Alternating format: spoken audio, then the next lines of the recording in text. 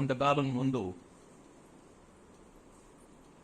ఈ వేదిక గురించి అనుకోకుండా శ్రీరాముని గురించి మాట్లాడాల్సిన పరిస్థితి ఏర్పడింది. ఎందుకంటే ఆ రోజు నాకు ముందు మాట్లాడినటువంటి శతావధాని ఆముదాల మురళి గారు శ్రీరాముడిని ఆదర్శంగా తీసుకోవాలి అని పిల్లలందరికీ ఉద్బోధ చేశారు.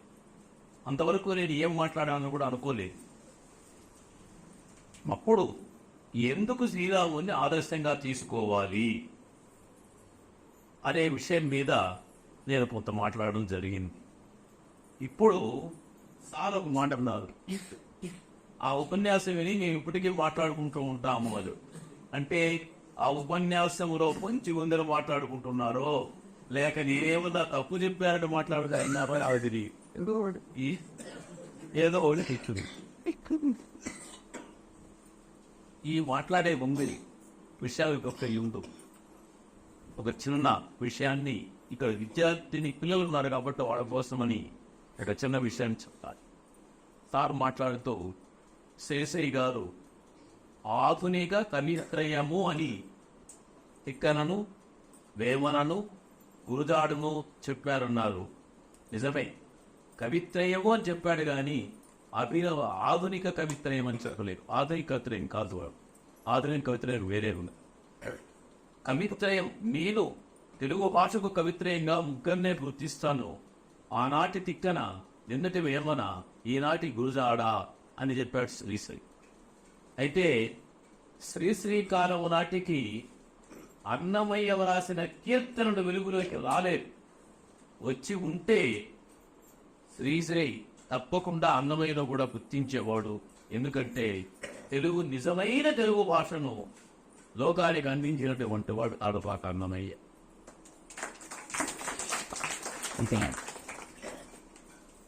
శ్రీరాముడి గురించి నేను మొన్న చెప్పినటువంటి ఉపన్యాసాన్ని మళ్ళీ చెబితే చాలా మందికి చాలా ఇబ్బందికరంగా కూడా ఉండవచ్చు. ఇక్కడ ఇది రావణాసురుడి పుష్పక విమానము అని నేను అనుకుంటున్నాను. ఎవరెవరో వస్తారు, విద్యార్థులలో పెద్దవాళ్ళు వస్తారు, అప్పటికప్పుడు దాన్ని అడ్జస్ట్ చేసి కూర్చోబెడుతున్నారు. ఇది రావణాసురుడి పుష్పక విమానంగా భావిస్తూ మనం ప్రయాణం చేస్తున్నట్టుగా అనుకుంటూ ఎక్కడికి ప్రయాణం చేస్తున్నాము అని కనుక మనం భావిస్తే మన సంస్కృతి నుంచి ఎంతో దూరంగా వెళ్ళిపోతున్నాము. భారతీయ సంస్కృతి ఏమిటో తెలియకుండా ప్రపంచ దేశాలన్నీ భారతీయ సంస్కృతిని గౌరవిస్తూ ఉంటే, ప్రపంచ దేశాల్లో చదువుకున్న ప్రతి వాడు భారతీయ సంస్కృతికి తల వంచి నమస్సులు అనిపిస్తూ ఉంటే, మనం మాత్రము ఆ సంస్కృతిని వదిలిపెట్టి దూరంగా వెళ్ళిపో. ఆచార్య ఎస్వి జోగారావు గారు దేశ విదేశాలన్నీ తిరిగిన తర్వాత చివరి దశలో కొన్ని పద్యాలు రాస్తున్నాడు ఆయన సంతృప్తి కోసం. జర్మన్, జపాన్ లాంటి దేశాలు ఈ అణుబాంబులు పడి సర్వనాశనం అయిపోతే ఈ ప్రపంచానికి ఏమి నష్టము అని ప్రశ్నించుకుంటే, తక్కువ ఖర్చుతో ఎక్కువ మిషనరీలు తయారు చేసేవాళ్ళు లేకుండా పోతారు తప్ప ఈ ప్రపంచానికి ఏమీ నష్టం లేదు. మరి బ్రిటన్ లాంటి దేశమే నాశనం అయిపోతే ఏమిటి ప్రపంచానికి నష్టం అని ప్రశ్నించుకుంటే, ఉపయుక్తులతో ఇతర దేశాలు ఆకుపై చేసుకునేవాళ్ళు లేకుండా పోతారు తప్ప ఈ ప్రపంచానికి ఏమీ నష్టం లేదు. అమెరికా లాంటి దేశమే నాశనం అయిపోతే ఏమిటి ప్రపంచానికి నష్టం అనుకుంటే, డాలర్లతో వ్యాపారం చేసే వ్యాపారవేత్తలు లేకుండా పోతారు తప్ప ఈ ప్రపంచానికి ఏమీ నష్టం లేదు. ఒకవేళ భారతదేశమే నాశనం అయిపోతే ఈ ప్రపంచానికి ఏమి నష్టం అంటే, నష్టపోవడానికి ప్రపంచము ఉండదు.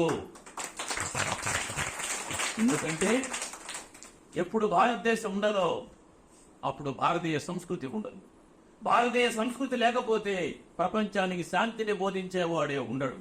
ప్రపంచానికి శాంతి బోధించేవాడు లేకపోయినప్పుడు ప్రపంచమే ఉండదు. కాబట్టి భారతదేశము ఎంత కాలం మనుగడలో ఉంటుందో, భారతీయ సంస్కృతి ఎంత కాలం జీవించి ఉంటుందో అంతకాలమే ఈ ప్రపంచం ఉంటుంది. మరి ఈ భారతీయ సంస్కృతికి, ఈ భారతదేశానికి శాంతిని బోధించినటువంటి గ్రంథాలు ఏమివి అంటే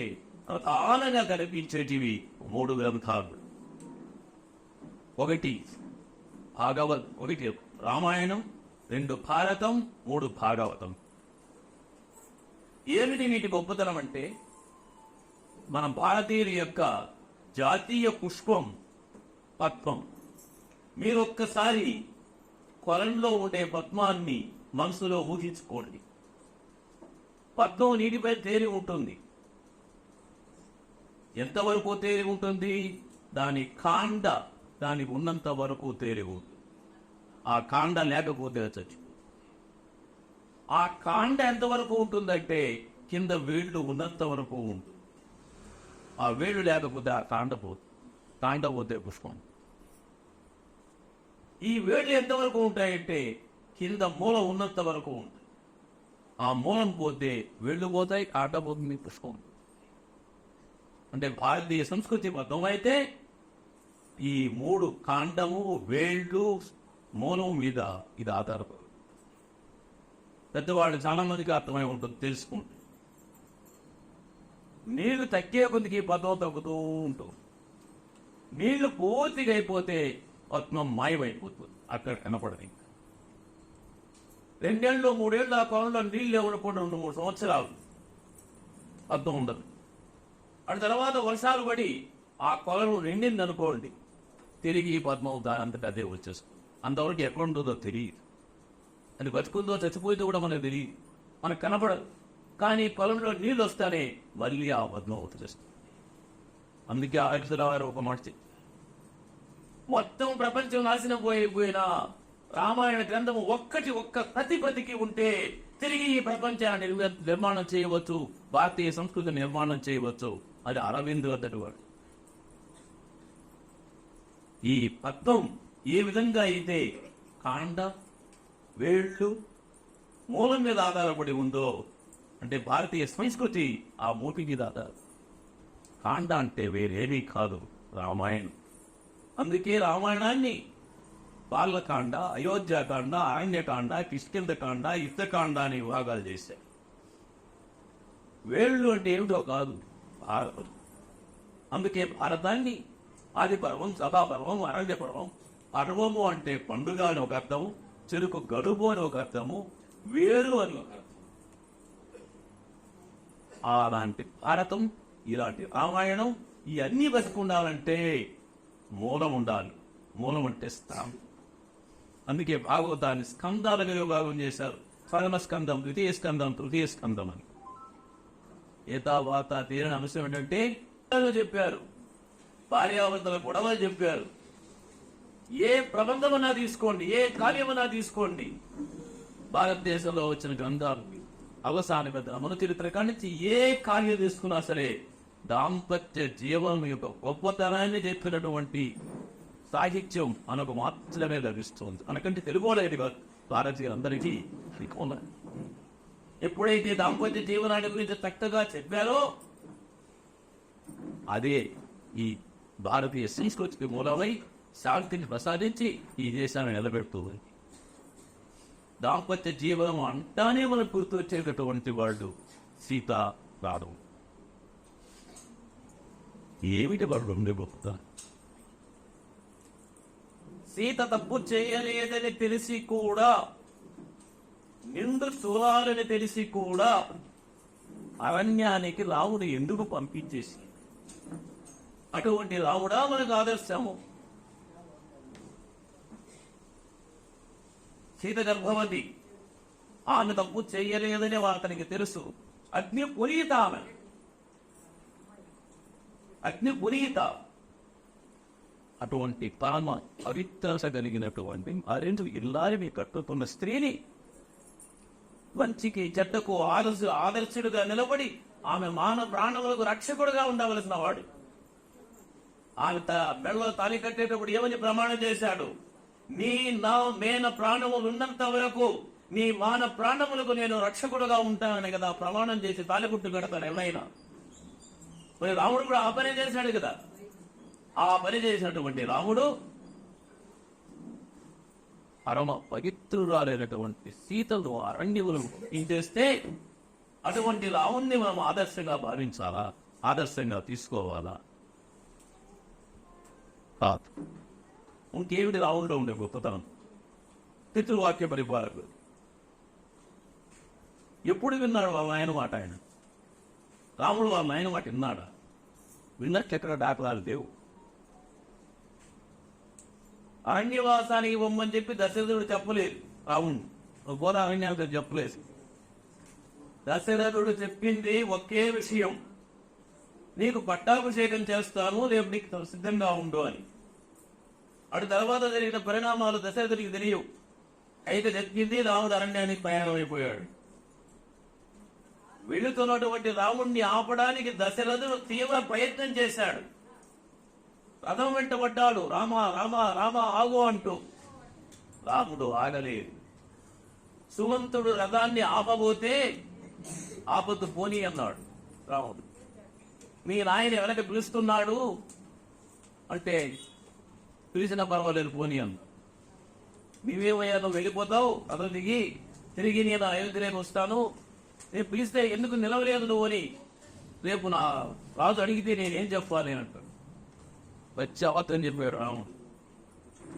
రథచక్రాల కోట చేత నువ్వు పిలిచింది నాకు వినపడలేదని చెప్పు మా నాయనకని చెప్పాడు. అంత అబద్ధం చెప్పు అన్నాడు. అటువంటి రాముడా మనకు ఆదర్శం, అటువంటి రామాయణము మనకు ఆదర్శం. ఒక్కసారి ప్రశ్నించుకుంటే ఇదేమే కదా, ఇది అబద్ధమే ఉంది. తండ్రి మాట వినలేదు, మనమేమో పితృవాక్య పరిపాలన కూడా అంటాం. కట్టుకున్న ఇల్లారిని చాలా దూరంగా అడుగులు పంపించేశాడు. ఆయనకి ఆ పవిత్రమైన వాడు ఆదర్శమూర్తి. అటువంటి రామరావుని ఆదర్శిస్తాడు. అంటే పిల్లలకి చెప్పవలసిన రీతిలో మనం రామాయణ భారత భాగవతాలు చెప్పకపోతే ఈ విధమైన పెడార్థాలే వస్తాయి. చెప్పవలసిన రీతిలో చెప్పాలి.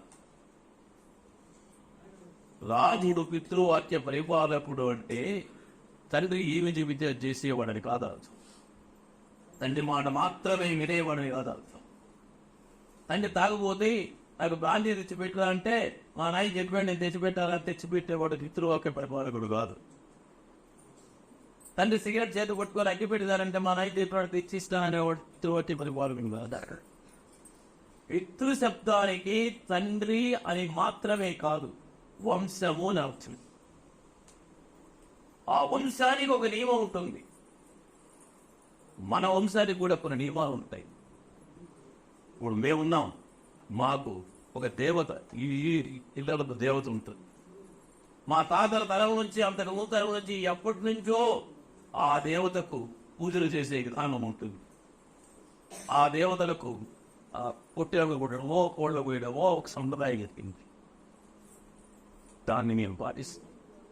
మాకు ఇష్టం ఉండినా లేకపోయినా పాటించాలి. అది వంశధర్మం.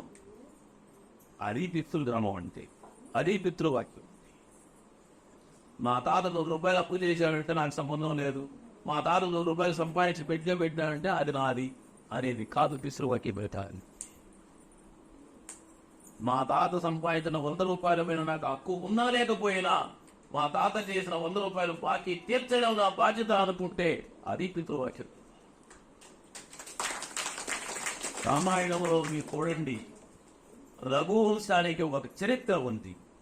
అది ఏమిటంటే ఆ వంశంలో ఎవరు మాట ఇచ్చినా ఆ మాటను వాళ్ళ వంశంలో అందరూ పాటించి తీరుతారు, దాన్ని నిలబెట్టి తీరుతారు. అది వాళ్ళ వంశధర్మం. రాముడు అది చేశాడు. అది పితృవాక్య పరిపాలన. తన తండ్రి ఒక మాట ఇచ్చేశాడు కైకకు. ఆమె అతని భార్య, తనకు తిన్నమ్మ, ఇంకోట అని కాదు. ఒక స్త్రీకి తన తండ్రి ఒక మాట ఇచ్చాడు, ఆ మాటను నిలబెట్టవలసిన ధనం తన మీద ఉంది. అది కష్టం కావచ్చు, తన మీద ఉండే ప్రేమ చేత, తన మీద ఉండే అభిమానం చేత తండ్రి ఈ రాజు నువ్వు అరణ్యానికి పోవద్దని చెప్పచ్చు. కానీ ఆనాడు మాట ఇచ్చేశాడు, నీకు 3 వరాలు ఇస్తానని. అందులో మొదటి వరం అని కోరుకుంది, నేను అరణ్యానికి వెళ్ళను. మా నాన్న మాట నిలబెట్టడం నా ధర్మం, అది నా వంశ ధర్మం, నా కర్తవ్యం. అది పితృవాక్యం. దాన్ని పాటించాడు రాముడు. తండ్రి మాట విన్నాడని మనం పిల్లలకి చెప్తే అది ఎక్కడ విన్నాడు రాముడు వద్దన్నాడు ఇలా దశరథుడు అని స్వీకరించకూడదు. పితృశబ్దానికి తండ్రి అనే కాదు, వంశము, పితృదేవతలకు తర్పణ అంటాం మనం. తండ్రికే కాదు, తాతకు, వానదాన్నకు, వానదాతకు మనం తర్పణ వదులుతాం. పితృతర్పణ అంటే పెద్దవాళ్ళందరికీ ఆ వంశములో ఏ మాట ఇచ్చారో ఆ మాటను నిలబెట్టుకోవడం అనేటటువంటిది ఒక అద్భుతమైనటువంటి కార్యం. దాన్ని శిరసావహించి ఎన్ని కష్టాలైనా సరే, నష్టాలైనా సరే, బాధలు అనుభవించి పాటించినటువంటి ఈశాలి శ్రీరామచంద్రుడు. అందుకే అతన్ని పితృవాక్య పరిపాలకుడు. రెండవది, ఈనాడు ఉన్నారేమో తెలియదు స్త్రీవాదు, వాళ్ళు చెప్పేటటువంటిది ఈనాడు జరుగుతున్న స్త్రీకి అన్యాయం జరుగుతూ ఉంటే జానుడు పితృకు గుడ్డలతో సినిమాల్లో ఆడవాళ్ళను ప్రదర్శింప చేస్తూ ఉంటే వాళ్ళ గురించి మాట్లాడు. ఎప్పుడో రామాయణంలో సీతకు అన్యాయం జరిగిందట, భారతంలో ద్రౌపదికి అన్యాయం జరిగింది, ఇంకొక ఆమె చంద్రవతికి అన్యాయం జరిగింది, అది ఉపన్యాసాలు ఇస్తారు. వీళ్ళు సీతారాముల దాంపత్య జీవితాన్ని అర్థం చేసుకుంటే ఈ మాట ఆలేము. నిజమే, రాముడు వివాహం చేసుకునేటప్పుడు నీ నా వేన ప్రాణం ఉన్నంత వరకు నీ మాన ప్రాణములకు రక్షకుడిగా ఉంటాడని ప్రమాణం చేసే తాళిబుట్టు పెట్టాడు. ఆమె కాపాడుకోవాల్సిన బాధ్యత అతనికి ఉంది. అదే రాముడు సింహాసనాన్ని అధిష్ఠించేటప్పుడు ప్రజారంజకుడునై ప్రజల అభిష్టం మేరకు నేను పరిపాలన చేస్తానని ప్రమాణం చేసి ఆ సింహాసనం మీద కూర్చొని ఆ కిరీటాన్ని ధరించాడు. ఈరోజు ప్రజాభిష్టం ప్రకారము సీతను త్యజించవలసినటువంటి స్థితి ఆయనకి ఏర్పడు. అందుకే ఆ పని చేయలేక లక్ష్మణ భారత శత్రుఘ్నులో ఎవరినో ఒకరిని సింహాసనం మీద కూర్చోమని ప్రాధేయతం వాళ్ళు అంగీకరించాలి. అది మళ్ళీ వంశ ధర్మానికి వస్తుంది.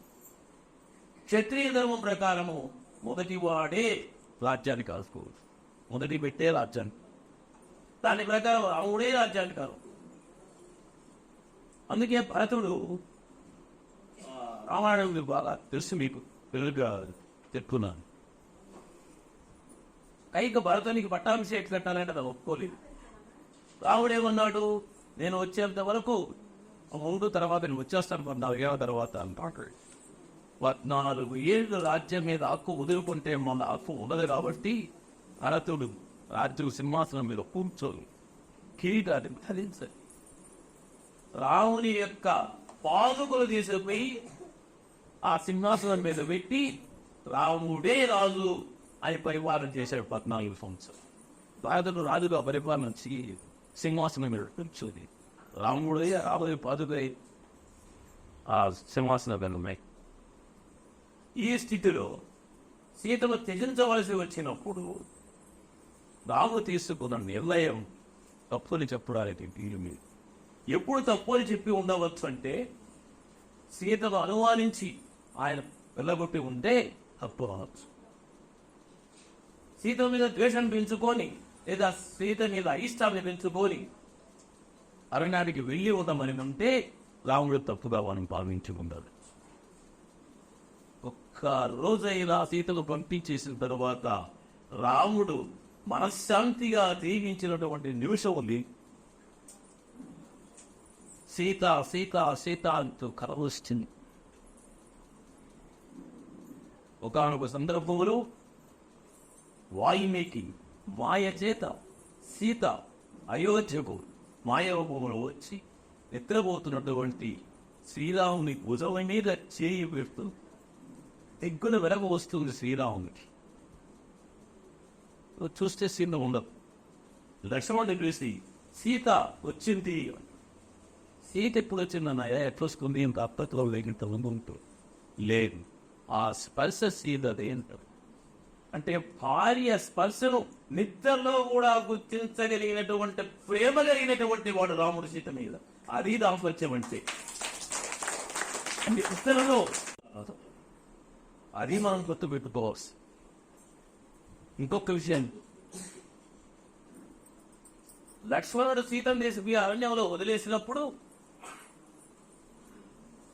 నేను అగ్నిలో పడి తెచ్చా, అగ్నిలో దూకిరాలి కదా, రాముడిని మెప్పించాలి కదా, నేనేం తప్పు చేయలేదు కదా, నన్ను ఎందుకు వదిలేసినాడు రాముడు, ఇది అన్యాయం కదా, నేను సుప్రీంకోర్టుకు పోతా, హైకోర్టుకు పోతా అని చెప్తా సీత. ఆయన మాట్లాడిన మాట ఒక్కడి, లక్ష్మణ, నన్ను అరణ్యములకు వెళ్ళిపోమని మీ అన్న ఆజ్ఞాపించి ఉంటే శిరసా వహించేదాన్ని కదా, నాకు చెప్పకుండా ఎందుకు పంపాడు ఈ ఒక్క మాట. రాముని మీద ఎంత అభిమానం ఉండాలి, ఎంత నమ్మకం ఉండాలి తన భర్త మీద. ఆమెతో ఎంత నమ్మకం లేకపోతే ఆ ఒక్క మాట, రాముడిని పల్లెత్తు మాట ఆమె జీవితం అనలేదు, తను వదిలేసినా సరే. నా భర్త నన్ను నమ్ముకోలేక వదిలేదు, రాజుగా అతని కర్తవ్యమని భావించింది తప్ప ఇంకోటి.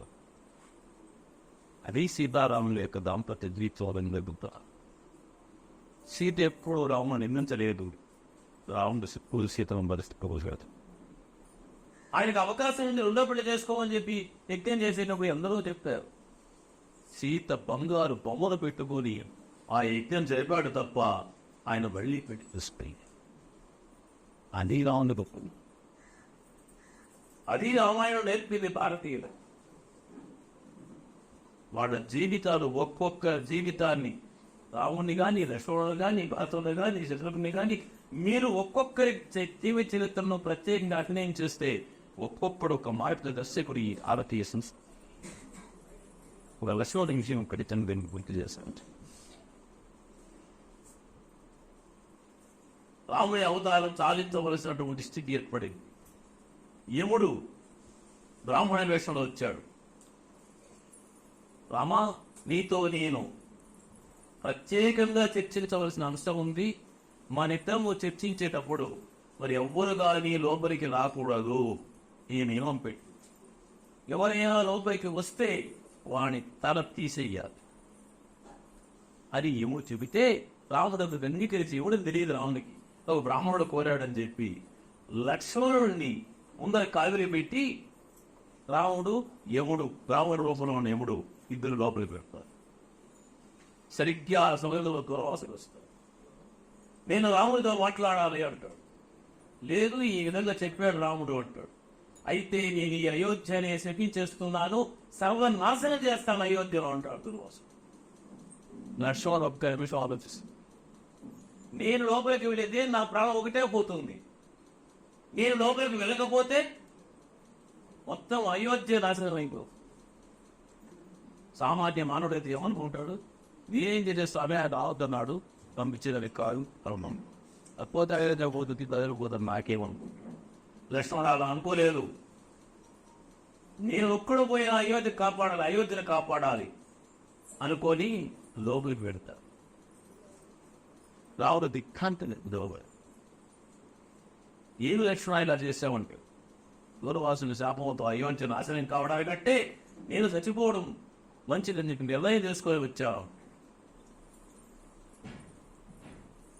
లక్ష్మణుడికి మరణదండ చేస్తాయి. అప్పుడు మంత్రులంతా ఏమంటారంటే, ఒక ఉత్తమునికి మరణదండనతో సమానమైతే ఏదైనా ఉంది అంటే దేశ బహిష్కరణ శిక్ష. కాబట్టి లక్ష్మణుడిని అయోధ్య నుంచి వెళ్ళిపోమని చెప్పి శిక్ష వేస్తాను. ఇంతవరకు బాగా ఉంది. నేను లక్ష్మణుడిని గొప్పతనం. మా అన్న రాముడు ఏకపత్ని వ్రతుడు, ఒకే మాట కలిగినటువంటి వాడు, ఒకే బాణం కలిగినటువంటి.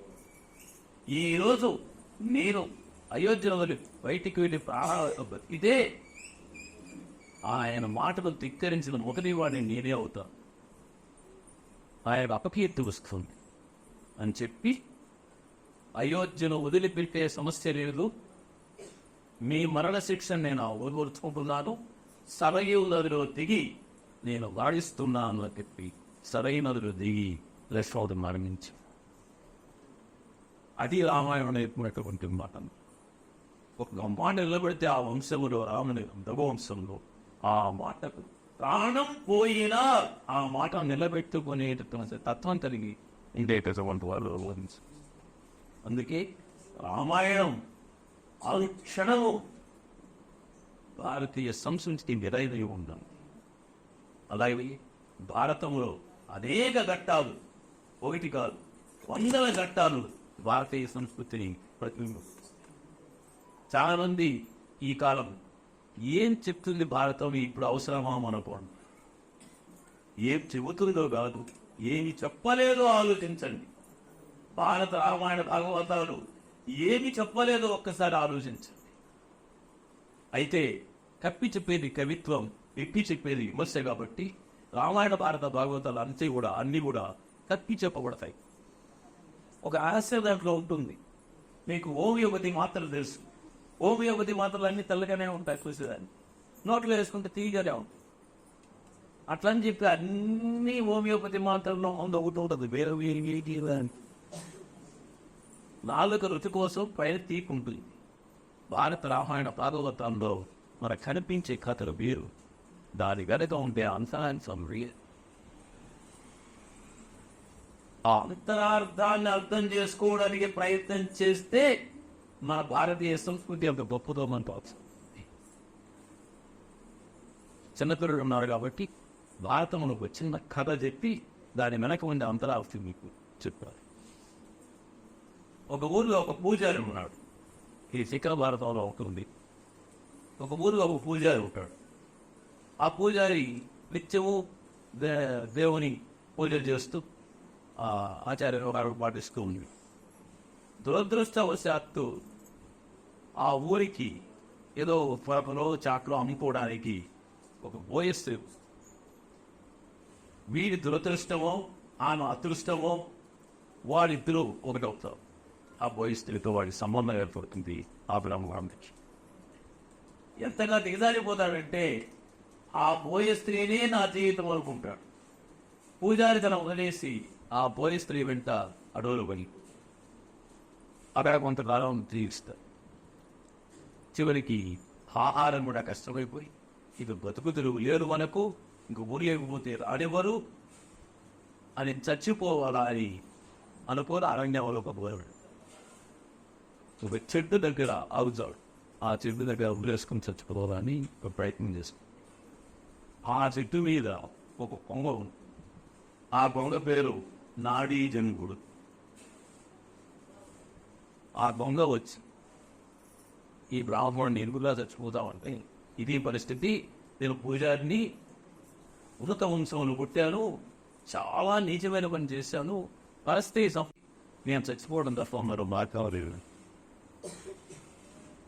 ఆ నాడీ జంగుడు కొంగ ఆ బ్రాహ్మణునికి హితోపదేశం, హత్య కంటే ఆత్మహత్య మహాపాపము, ఆత్మహత్య చేసుకుంటే కొన్ని జన్మలు ఆ పాపాన్ని అనుభవించాల్సి వస్తుంది. నువ్వు ఆత్మహత్య చేసుకుని, హత్య కంటే ఆత్మహత్య చాలా పాపహేతువు అని ఆ నాడీజంగుడు ఆ బ్రాహ్మణునికి హితబోధ చేసి, ఇక్కడి నుంచి ఉత్తర దిక్కుగా వెళ్ళు, ఒక రాజు ఉన్నాడు, ఆ రాజు దగ్గరికి వెళ్ళు, నాడీజంగుడు పంపించాడని చెప్పు, నీకు ధన సహాయం చేస్తాడు, ఆ ధనం తీసుకుని వ్యాపారం అయితే చేసుకొని బతుకోండి. ఆ బ్రాహ్మణుడు అలాగే వెళ్తారు. ఆ రాజు వీడిని చూస్తాడు, ఇలా నాడీజంగుడు పంపించాడు అంటే సరే ధన సహాయం చేయడానికి మంచి వీని ముఖంలో తేజస్సు లేదు, తేజ విహేయుడు వీడు, వీడు మోసగాడు వీడు, వీడికి ధన సహాయం చేయకూడదు. వేదాంగాలు నేర్చుకున్నా, పక్కని సాహిత్యం తెలిసి ఉన్నా, నీతి నిజాయితీగా బతుకుతున్నా అటువంటి వాడి ముఖంలో తేజస్సు, ఈ ముఖంలో తేజస్సు లేదు అంటే వీడు అల్పుడు, వీనికి ధన సహాయం చేయకూడదు అంటాడు. కానీ రాజేమంటాడు, కాదు, వాడెటువంటి వాడైనా వాడిని పంపించే వాడి మిత్రుడు నాడీజంగుడు గొప్పవాడు, వాని కోసమైనా వీడికి సహాయం చేయాలని చెప్పి సహాయం చేస్తాడు. ఆ ధనాన్ని తీసుకెళ్ళి వీడి తిరుగు వస్తూ కరెక్ట్గా మరచిచ్చి వచ్చేటప్పటికి సాయంకాలం అవుతుంది. ఇక్కడ విశ్రాంతి తీసుకుందామని పడిపోతాడు. కరెక్ట్గా కొంచెం మీదంతా నాడీజంగుడు మళ్ళీ వస్తాడు ఇక్కడ ఆహారం కోసం. ఏంటి తన తయారు చేశాడు మా మిత్రుడు అడిగితే చేశాడు, తీసుకొచ్చాను. మరి చలికాలం ఆ నాడీజంగుడు అక్కడ ఇక్కడ పొళ్ళు తెచ్చి అక్కడ వేసి మంట వేసి తాను తెచ్చుకున్న ఆహారాన్ని కొంత పెట్టి చిన్న పడుకోమంటుంది. మంటకు ఒకవైపు నాటి చెవులు కొడుకుంటాడు, ఒకవైపు రామాడుకు. మంచి రాత్రుల్లో వీడికి ఒక దురాలోచన ఇస్తుంది ఈ బ్రాహ్మణుడికి. ఈ పూటకు నాకు తిండి పెట్టాడు ఈ నాటి జీవుడు, రేపు తెల్లవారి లేసి నేను మా ఊరికి పోవడానికి సాయంత్రం 3 గంటలు అవుతుంది, ఈ లోపల నాకు తిండి కావాలి కదా, నీకు పని చేస్తే బాగుంటుందని నిద్రపోతున్న నాటి జంగుని కర్రతో కొట్టి చంపి ఈకలు పీకేసి ఆ అగ్గిలో కాచుకొని ఆ మాంసాన్ని పంపి. ఇక్కడ రాజుగారికి మంత్రి గారికి ఏదో అపశకనం తెలుస్తుంది. వాళ్ళు వెంటనే పట్టులో పంపించి నాడే నేను వృత్తాంతాన్ని పెంచుకో వాడిని పిలుచుకొస్తారు. అట్లా పిలుచుకొచ్చి ఏమి శిక్ష అంటే గుర్రపు తోక కట్టి ఊరం తట్టే ఆ విధంగా శిక్షలు ఇస్తే వాడు చచ్చిపోతారు. పొందాలి శరీరం అంతా గోపుని మాంసం అవుతారా వీధి నిండా ఆ మాంసం పడుతుంది. మారం కొంతకాలానికి తెల్లడొచ్చి, రాజా వాడిని చంపించారు మీరు, ఈ విధంగా వీధులంతా మాంసంతో లేకపోయింది, ఆ వాసన భరించలేకపోతున్నాం మేము. రాజు ఊళ్ళో ఉండే కుక్కలందరూ నిర్మిస్తారు. మీ కర్తవ్యం ఏమిటి? చెడు మాంసంతో తెలియాలి కదా, మరి మీరు ఎందుకు తినలేదు? ఎక్కడ గారి గొప్పతనం ఇస్తుంది. ఎందుకు తినలేదు అంటే కుక్కలు చెప్పే సమాధానం, ఎన్నో జన్మలు పాపం చేసి ఈ కుక్కని మీరు తినావు, ఇప్పుడు ఆ కృతజ్ఞుని మాంసం తింటే మా జీవితాలకు ఇంకంత హాయిగా రూపం. ఎంతటి నీచులమైన కృతజ్ఞుని మాంసము తినడి అంతటి నీచులమే మేము చెడ్డవాళ్ళం కావచ్చు కుక్కలం, కానీ కృతజ్ఞుని మాంసము తిని అంత చెడ్డవాళ్ళం కాదు. కృతజ్ఞుడు అంటే చేసిన మేలు మరిచిపోయేటటువంటి, చేసిన మేలు మరిచిపోయేటటువంటి వాడి మాంసము తినడానికి కుక్కలు కూడా ఇష్టపడవు. ఇది ఆ కథలో తిక్కనగారు చేసినటువంటి నీతి. ఇంతకంటే ఏం చెప్పాలి ఆ సమాజానికి? ఇలాంటివి మీకు ఎన్ని 100 ఉంటాయి. భారతం అంటే దుర్యోధనుడు ధర్మరాజు అని అనుకుంటే ఏముంది? ధర్మరాజు పాత్రే ఉంది, దుర్యోధనుడి పాత్రే ఉంది. కుమ్మడికాయంత భారతంలో దుర్యోధనుడు ధర్మరాజు ఆవగించంత పాత్రలో వాళ్ళ కథ ఎంత ఉంటుంది. అది కూడా ఏంటి? పువ్వులు దానిగా కట్టడానికి ఒక దారం కావాలి. పువ్వుల్ని మాలగా కట్టాలంటే ఆ దారం వాడు దుర్యోధనుడు ధర్మరాజు ఆ పౌరుడు పాండవులంతా కూడా ఆ భారతానికి ఒక దారం లాంటి వాడు. కాబట్టి అల్లుకోవడానికి ఒక పాత్రలు అంతేవాడు. ఒకవేళ కురు పాండవుల యుద్ధమే, కురు పాండవుల విషయాలే భారతం అనుకుంటే ఆది సభ అరణ్య విరాట ఉద్యోగ భీష్మ ద్రోణ కర్మ శల్య సౌప్తిక పర్వముతో భారతం అయిపోయింది. ఇంకా 7 పర్వాలు ఉన్నాయి ఆ పక్క. ఆ 7 పర్వాలు ఈ 11 పర్వాల కంటే పెద్దవి. శాంతి, అనుశాసనిక, ఆశ్రమవాస, అశ్వమేధ, కౌశల, మహానస్థాన, స్వర్గారోహణ పర్వం. ఒక శాంతి అనుశాసనిక పర్వం చాలు మనకు మన జీవితం ధన్యమైపోతున్న 2 పర్వాలు చదువు వాటిని అర్థం చేసుకుంటే ఆ 2 పర్వాలలో చెప్పినటువంటి భారతము మానవుడు ఎలా జీవించాలి సమాజంలో అని చెప్పింది భారతం. గృహంలో ఇంట్లో ఎలా జీవించాలో చెప్పింది రామాయణం. సమాజంలో ఎలా జీవించాలో చెప్పింది భారతం. శాంతి అనుశాసనిక పర్వాలలో ఈ విషయాలు. ఒక్కొక్క చిన్న కథ ఒక్కొక్క విషయాన్ని చెబుతూ ఉంటే మనకేమంటే మా దురదృష్టం, చదువుకునేటప్పుడు డిగ్రీలో కానీ ఎంఏలో కానీ ఎక్కడైనా సరే ప్రథమ భాగాలు పెట్టేస్తున్నారు సిలబస్లో. మన చరిత్ర అంటే ప్రవరుడు వరవతిని పెడుతున్నారు. ప్రవరుడు వరవతిని ఏది చిన్న విషయం, వాళ్ళిద్దరి మధ్య దవ్వని చాలా చిన్న విషయం. అటు తర్వాత పెద్దన ఎన్ని విషయాలు, ఎన్ని కథలు, ఎంత అర్థంగా చెప్పాడు మన చరిత్రలో. దాంపత్య జీవితాల గురించి ఎంత గొప్పగా చెప్పాడు. తండ్రికి బిడ్డ కంటే తాతకు మనవుడికి ఎందుకు అనుబంధం ఎక్కువగా ఉంటుందో మన చరిత్రలో చెప్పేంత గొప్పగా ఇంకెక్కడ చెప్పలేదు. ప్రవరునికి స్వారోచికి సంబంధం ఉంది కానీ స్వరుచికి స్వారోచికి సంబంధం తక్కువ. తండ్రి బిడ్డల కంటే తాత మనవుడికే ఎక్కువ బంధం ఉంటుంది. ఆ బంధం ఎందుకు ఏర్పడుతుంది? తాత ఆస్తి మనవుడికి ఎందుకు తక్కువ అవుతుంది తండ్రికి కాకుండా? ఇవన్నీ మన చరిత్రలో చెప్పలేదు. మనం ఏం చేస్తాము? ప్రవరుడు ఓదుకుంటా వదిలేస్తాం. ఆ తర్వాత ఏముందో మనది మనకట్టు చాలా మంది నేను చెప్పా తెలిసిన వాళ్ళు చాలా మంది ఉండొచ్చు.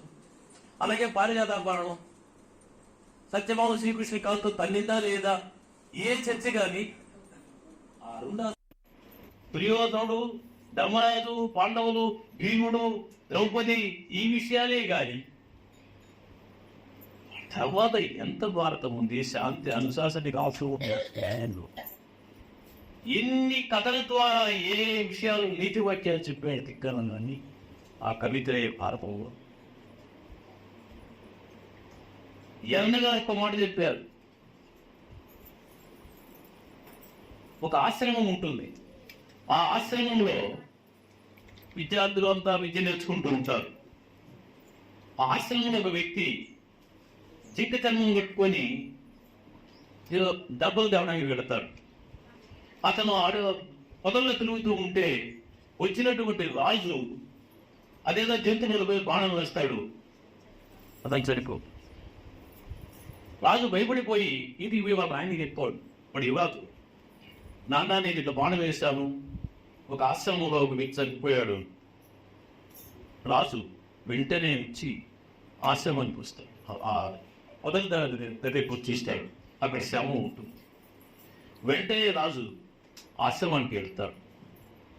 ఆ ఆశ్రమంలో ఉండేటటువంటి ఆ ఆశ్రమ వాసులను పిలిచి రథాన్ని పిలిచి అనుకోకుండా నా కొడుకు తప్పు చేశాడు, తెలిసి చేసింది కాదు, మీ ఆశ్రమంలో ఒక వ్యక్తి చనిపోయాడు, దానికి ప్రాయశ్చిత్తంగా నా కొడుకు మీరు శిక్ష వేయండి అని.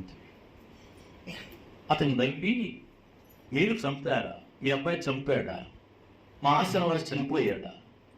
అదెలా సాధ్యం అవుతుంది? ఆలస్యం ఒక ఇంతైనా లేదు, ఆలస్యం ఒక ఇంతైనా లేదు. సూచి చెప్పిన మాటలు 7 విషయాలు దిగుతాం. మేము ఎప్పుడు కానీ ఏ విషయాన్ని కానీ చేయవలసిన సమయంలోనే చేస్తాం. ఒక్క నిమిషం కూడా, ఒక్క సెకండ్ కూడా ఆలస్యం చేయం. శుచి కలిగిన ఆహారాన్ని మాత్రమే తీసుకుంటాం. ఏ పరిస్థితిలో కూడా అసత్యము చెప్పం. ఇలా 7 చెప్పి ఈ పాటించే మా ఆశ్రమవాసుని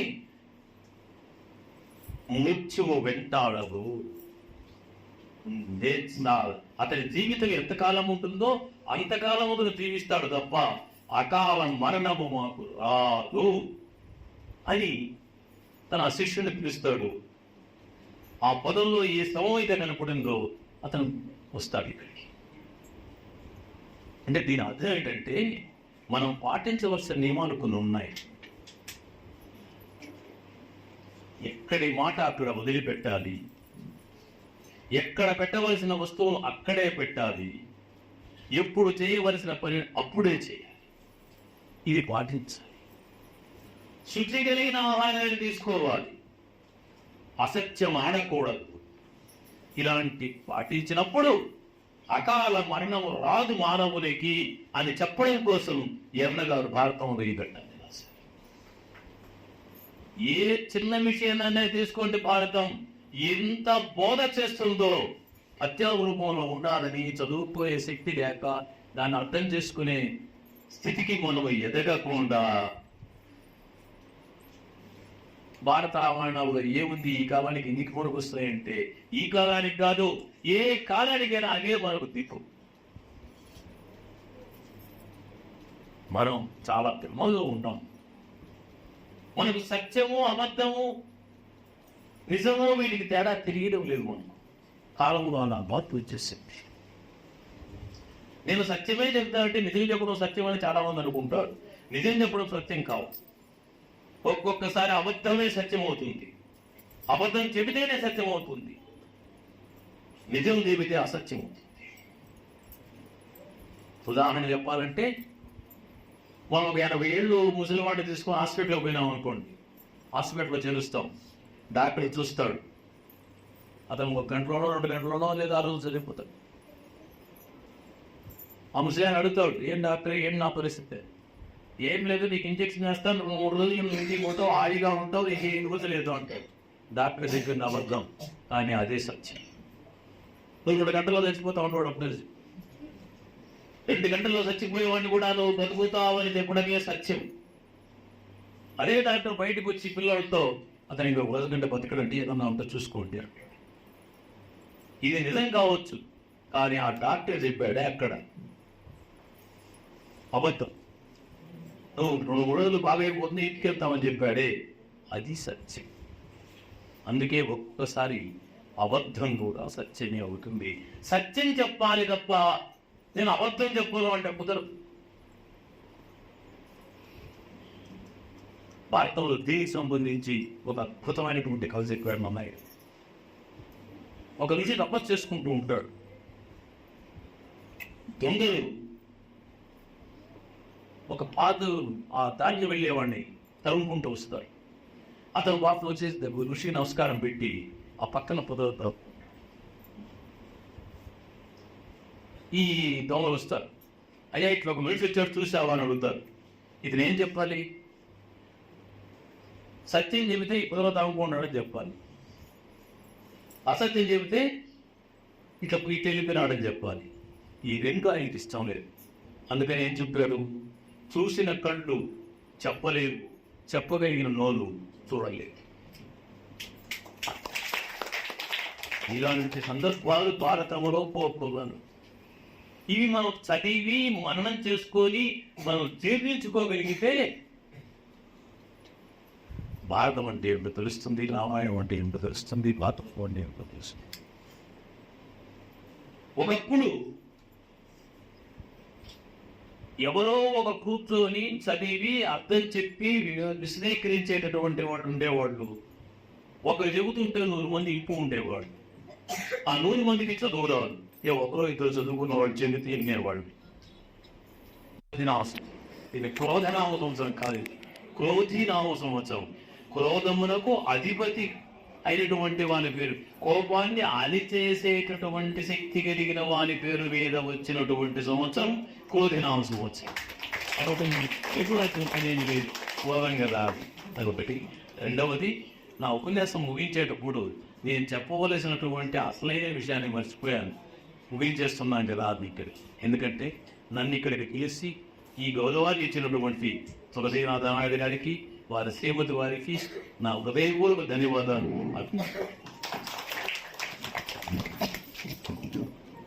జేకేబీ మేము ఆత్మీ చిరు సత్కారంతో సత్కరిస్తారనుకుంటున్నాము.